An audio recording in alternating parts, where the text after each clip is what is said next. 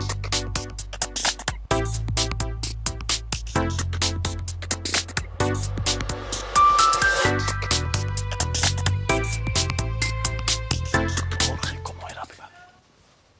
buenas noches, amigos, bienvenidos a otra nueva edición de Abogado Responde. Ya saben que en Televisión de Ferrol, Canal 31 y en concreto en Abogado Responde, estamos siempre atentos a la actualidad.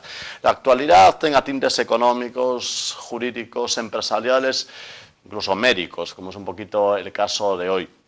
Rescatar un poquito, si recuerdan, ese apartado que teníamos de consumo, ¿no? Sobre el hecho de los consumidores, pues un poco estamos pues cada vez yendo un poco más hacia los consumidores usuarios y no exactamente a los clientes, ¿no? Porque si recuerdan, cuando empezamos nuestro programa, pues hace ya casi 4 años, nos centrábamos en temas estrictamente jurídicos. Pero bueno, estamos ampliando el foco un poco a petición de nuestros televidentes que ven temas que no son estrictamente jurídicos, que también se pueden tocar y que les interesa. Hemos tratado en varias ocasiones temas pues económicos, bursátiles, hemos analizado una y otra vez la situación económica y financiera y bueno, hemos dado luego un poquito de descanso porque casi se repetían las pautas, ¿no?, que nos daban nuestros economistas. Entonces, pues rescatarnos, ya digo, lo que es la estricta actualidad, pues la actualidad, la verdad, es el ébola. Ya sé que están un poquito hasta casi hartos de escuchar, pero claro, es que todo se está centrando en lo que está ocurriendo en el Hospital Carlos III de Madrid, en lo que ocurre también en Estados Unidos, bueno, las informaciones que nos llegan de ahí, pero claro, en fin, la posibilidad de que llegue a Galicia no es cero, ni muchísimo menos. Entonces, de alguna forma, los distintos centros hospitalarios y empresas pues están un poco preparándose. Ya llega desde el Ministerio de Sanidad, ahora lo hablaremos con nuestro invitado, un protocolo, una serie de consejos para ver qué se puede hacer en caso de que uno sospeche que ha contraído esta enfermedad. Bien, para ello hemos traído a un invitado que ya estuvo pues hace, pues ahora nos lo dirá, pues yo creo que hace 1 año y pico, 2 años, hablando un poquito de cómo funciona el tema de los servicios de prevención de las empresas, y lo rescatamos una vez más. Se trata de Jorge Paz. Muy buenas noches, Jorge. Hola, Juan, buenas noches. Y gracias por supuesto, por la invitación. Nada, muchísimas gracias a ti por estar aquí, Jorge, que está pues un poquito representando a Mutraga, que es una sociedad de prevención que tiene sede en Ferrol, también en Coruña, otras ciudades de Galicia, sí. Opera, bueno, pues no solamente en Galicia, ¿no? Cuéntanos un poquito, Jorge, si te parece, cómo funciona Mutraga. Sí, es a nivel autonómico, aunque tenemos una oficina en Cádiz por el tema naval y pesquero, pero dices bien. El nombre nos hace daño en el sentido de que es Mugatra y casi todo el mundo dice Mutraga. Pues sí, la verdad es porque que sí. Se va siempre y es natural. De hecho, estamos planteándonos seriamente en cambiar el nombre. Pero es Mugatra, Sociedad de Prevención. Y como tú bien dices, nos dedicamos a asesorar al empresariado a nivel gallego en materia de prevención de riesgos laborales. Subrayo lo de laborales porque es fundamental. Es decir, sé que vamos a hablar del ébola y yo, aunque pueda aportar mi granito de arena a nivel general, básicamente la especialidad nuestra, y no me gusta meterme en jardines de otros, es el enfoque laboral.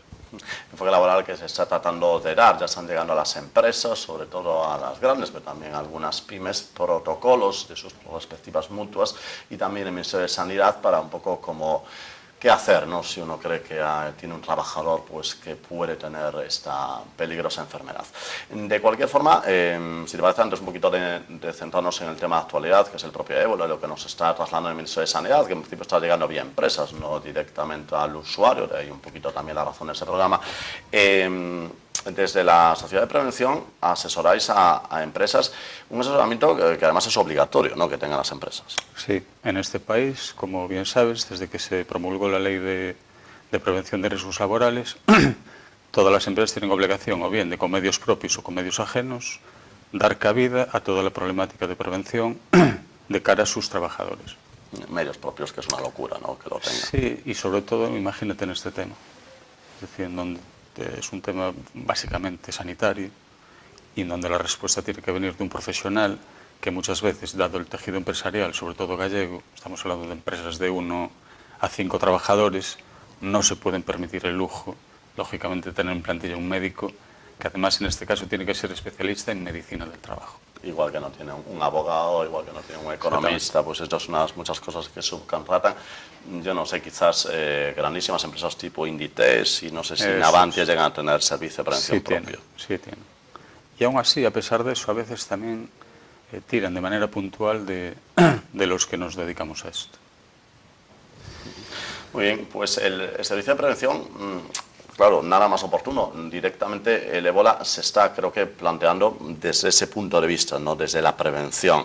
Si aparece un caso, eso ya sería otra historia, porque ya iría a algunos hospitales de referencia, que existen, pues creo que uno por comunidad autónoma, pero bueno, mientras no exista, que esperemos obviamente que no exista nunca, por ejemplo en el caso de Galicia, pues sí parece que se están dando pautas para un poco, bueno, estar preparados, ¿no? De alguna forma evitar que lleguen o qué hacer esos primeros pasos. Luego ya inmediatamente se llevaría al hospital de referencia, que en el caso de Madrid, como toda España sabe, es el Carlos III, por daros su infraestructura, ¿no? Porque se llegan a hacer críticas, pero bueno, en realidad se puso hospital de referencia porque es el que reunía las condiciones. A lo mejor no reunían ninguno de toda España, pero vamos, de los que lo podían reunir era ese. Caso de Galicia también existe un hospital de referencia, que además está en la provincia de Coruña, ¿no? Y bueno, un poco, yo no sé, Jorge, si os estáis un poco más pendientes de lo que va sacando el Ministerio de Sanidad para trasladar a las empresas, o si de alguna forma pues ya tenéis vuestros propios criterios y ya lo enfocáis eso, vuestra propia perspectiva.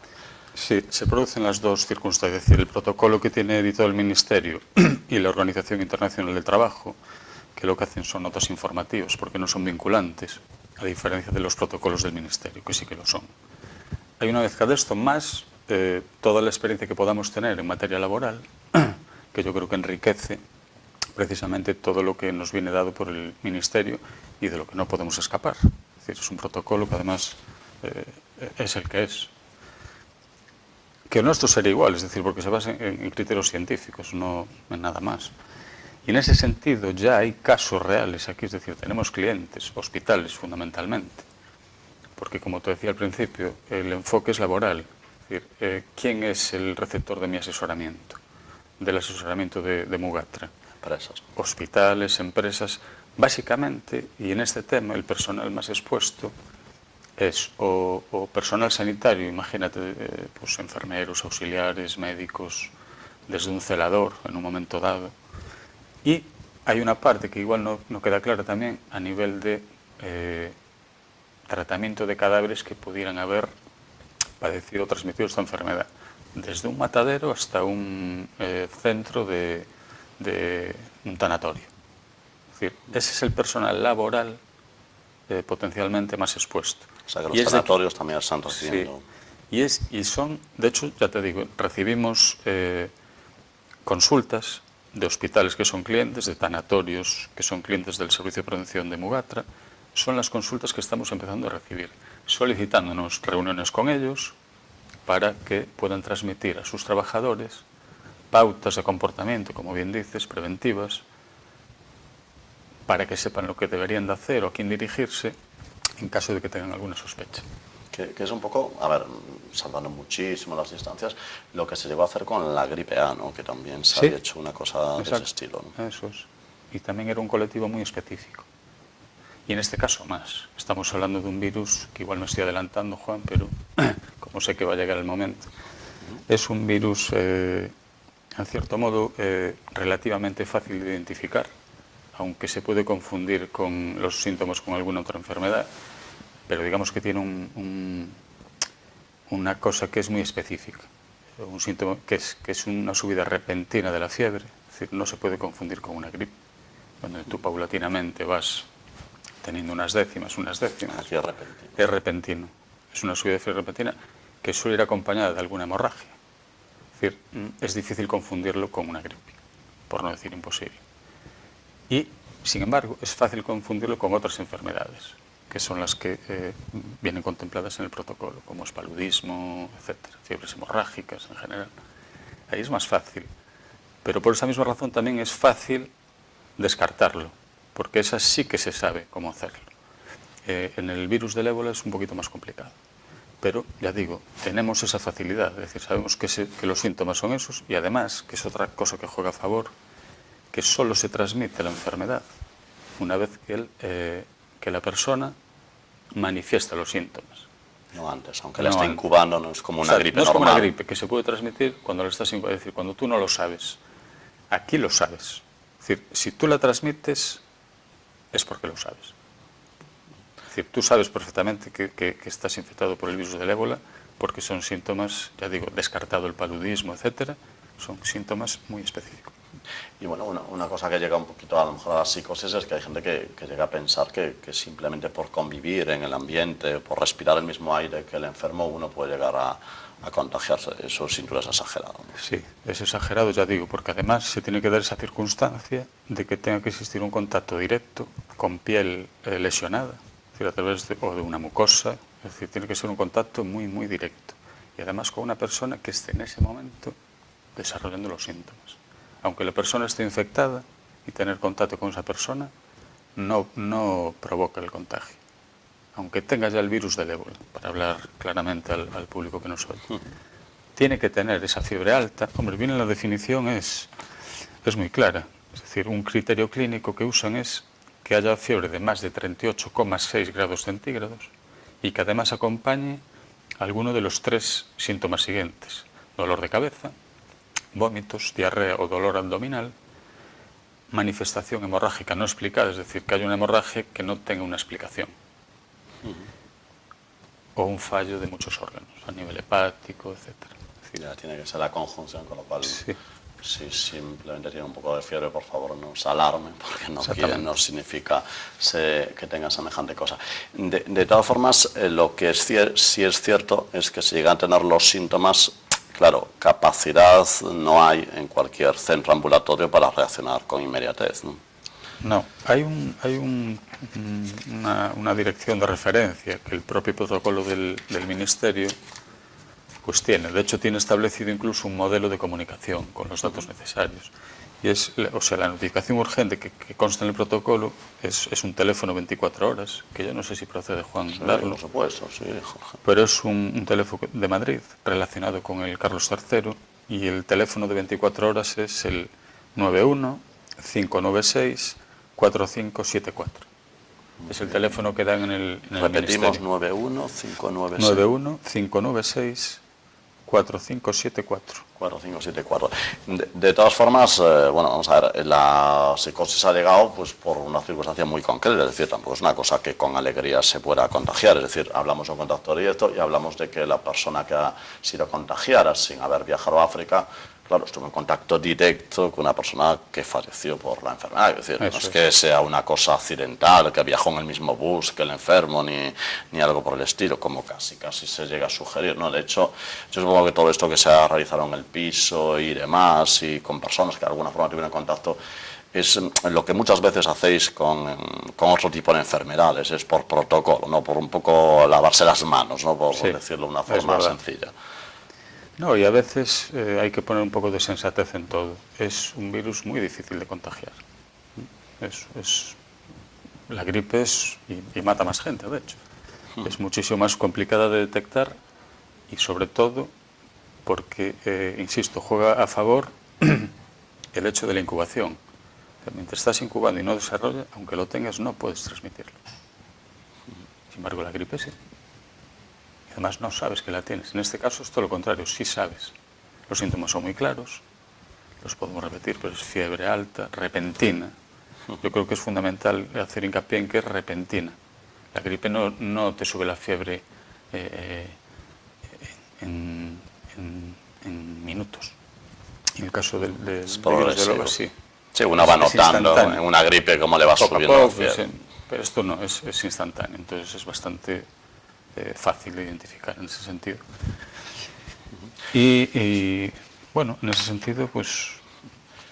Muy bien, Jorge. Entonces, un poco, supongo que algunas cosas que le estáis trasladando a las empresas, que es el ébola, cómo se manifiesta, y bueno, yo no sé si en el caso de que una persona, pues la desgracia de tener el ébola, se encuentre en su centro de trabajo, ¿hay unas pautas sobre qué debe hacer el trabajador, qué debe hacer la empresa? Sí, y de hecho, para dar esas pautas previamente, el propio protocolo define 2 casos, es decir, clasifica los casos de un contagio en 2. Dice, hay casos que son confirmados, el ébola solo se confirma por laboratorio y es una detección de un parámetro determinado en un análisis de sangre, ¿vale? En este caso es que haya presencia de un ácido nucleico.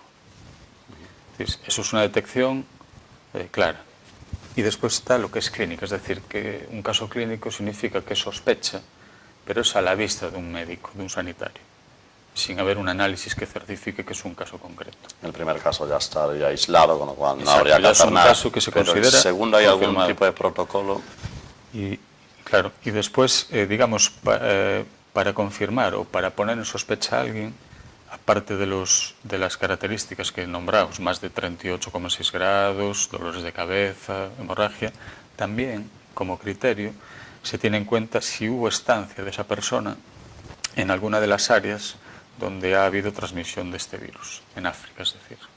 Incluso se especifica en las zonas en concreto. Es decir, si alguien estuvo por allí, no el viajero casual, que es muy difícil que un viajero casual haya estado en contacto directo con herida abierta o mucosas, con un cadáver o con una persona que haya tenido manifestación en ese momento de contactar con él. Es muy difícil. Hablamos de alguien que fue más por motivos de trabajo, sí, humanitarios, exacto, más que por cierto, pues hay gran cantidad de gente, sobre todo en Alemania, que están viajando, es profesor, para un poco ayudar. Ahí sí que, claro, el riesgo se dispara, ¿no? Esas tanto militares como civiles que están acudiendo, además en gran número, a las zonas afectadas por el ébola. Ahí sí que estamos hablando de personas que tienen altísimas probabilidades de tener ébola. No así el que simplemente va a un viaje turístico, ¿no?, a cualquiera de los países de África, no, que ya va a ser complicado, ¿no?, que tenga semejantes. Si quieres, y ya rizando el rizo, podríamos hablar pues de una persona que va a hacer un safari y que mata un animal y que tenga la mala suerte de que ese animal, porque el origen del ébola es desconocido, pero se cree que puede venir a través de un murciélago, ¿vale?, y un primate. Es un poco lo que... Porque el resto está bastante descartado, aunque no está claro. Un perro, por ejemplo, no está claro si puede transmitir o no. Un cerdo, un antílope, que se habla mucho allí, tampoco está claro. Más bien, todo lo contrario, se piensa que no pueden transmitir. Pero sí que parece evidente que un murciélago y un primate sí transmiten. Entonces, sí, si estás, digamos, y te acercas a sacar la foto con él y le tocas y tienes una herida, pero para que entendamos todos lo difícil que es, decir, tendría que lastimarme, acercarme a ese animal que acabo de abatir, que yo toque con mi herida, ¿vale? Y que en ese momento el animal esté desarrollando también algún síntoma, es decir, es bastante difícil, porque tiene que ocurrir no solo todos esos factores, sino que en el mismo lugar y en el mismo tiempo. Ya, la conjunción tiene es muy difícil.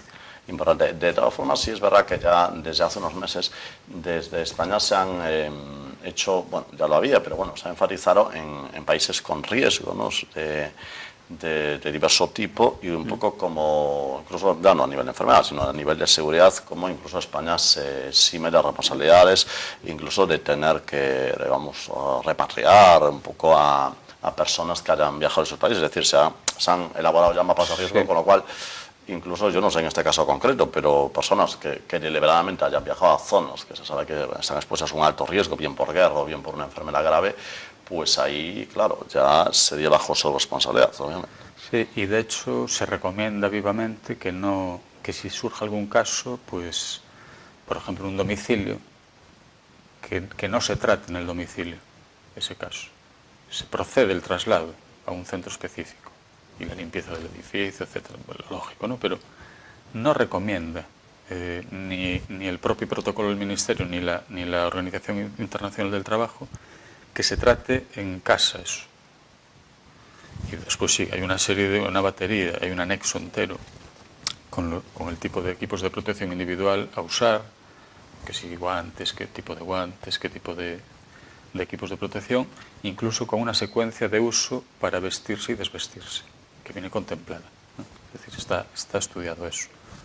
Es decir, siempre que esa persona que puede estar expuesta, un enfermero, un médico, estamos hablando, cumpla eso y disponga de esos equipos de protección, en principio, pues el procedimiento sería seguro.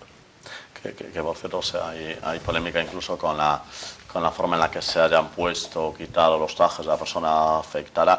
Eso normalmente, porque claro, esto es un caso que casi surgió de una forma instantánea, hubo que repartir un cadáver, a lo mejor no hubo tiempo, pero normalmente sí es verdad que los servicios de prevención sí suelen ocuparse, ¿no?, de este tipo de temas, ¿no?, de ayudar incluso a facultativos sanitarios a saber cómo se realizan pues la colocación de los distintos EPIs, ¿no? Ya te digo, y además estamos recibiendo ya casos reales. Pues te hablo de un hospital de La Coruña, concretamente, que nos está pidiendo, por favor, una reunión para que los orientemos en qué tipo de equipos de protección individual y de instruir a la gente en cómo colocarlos, cómo retirarlos. Está al orden del día. Pero yo insisto, hay que poner un poco de sensatez en esto porque, a ver, las probabilidades son... Muy bien. Además, hay un caso, es decir, un caso, y es una persona que está aislada. Sí, pero ¿qué ocurre? Que son instituciones que lo hacen más bien porque a nivel político, si quieres, la cosa trasciende mucho y de alguna manera quieren tener ese campo cerrado. Vale, un poco para evitar quizá acusaciones, es decir, oye, pues yo quiero prevenir, ya sé que es muy difícil que ocurra, pero si ocurre yo quiero que mi gente... Hombre, de todas formas es cierto que claro, con un solo afectado está además aislado, las personas que tuvieron contacto con esa persona están aislados también, están en observación, aunque no han presentado ninguno de sus síntomas, pero es verdad que personas que viajan a África y que, aunque las posibilidades sean remotas, pues sí, de alguna forma también pueden venir contagiados, incluso pues no en Europa, pero sí en Estados Unidos, por ejemplo, ya hay varios casos, personas que hayan viajado allí que tuvieran la mala suerte de estar en contacto con personas afectadas, sí podrían traerlo, lo cual es verdad, las posibilidades son muy bajas, pero no cero, claro. No, y ahí yo creo que se está haciendo bien, en el siguiente sentido, Juan. Es decir, el periodo de incubación es de 2 a 21 días. ¿Qué ocurre? Tú estás expuesto, coges el avión, y si tienes la mala suerte de coger el avión en el día 21, tú te subiste al avión, y el día 21, que es cuando tú desarrollas eso, que es cuando realmente contagias, insisto, porque si tú te subes en el avión durante esos del 2 al día 21, no transmites. Sí, pero aunque transmitas en el avión, hombre, no sé, No, pero es que uno se ponga... Es que no transmites si te coge el día 21 realmente, porque es cuando tú manifiestas síntomas. Claro, pero quiere decir que aunque lo puedas transmitir el día 21 en un avión, no sé, salvo que andes besando o teniendo contacto con los pasajeros en principio, claro, solo por compartir avión, porque claro, yo por eso insistí en el tema de las formas de contagio, porque claro, es que aunque coincidiendo en el avión con personas afectadas, uno tiene que tener contacto por las vías o por una herida, o porque estés tomando el aperitivo que te den y te cortes, claro. ¿vale?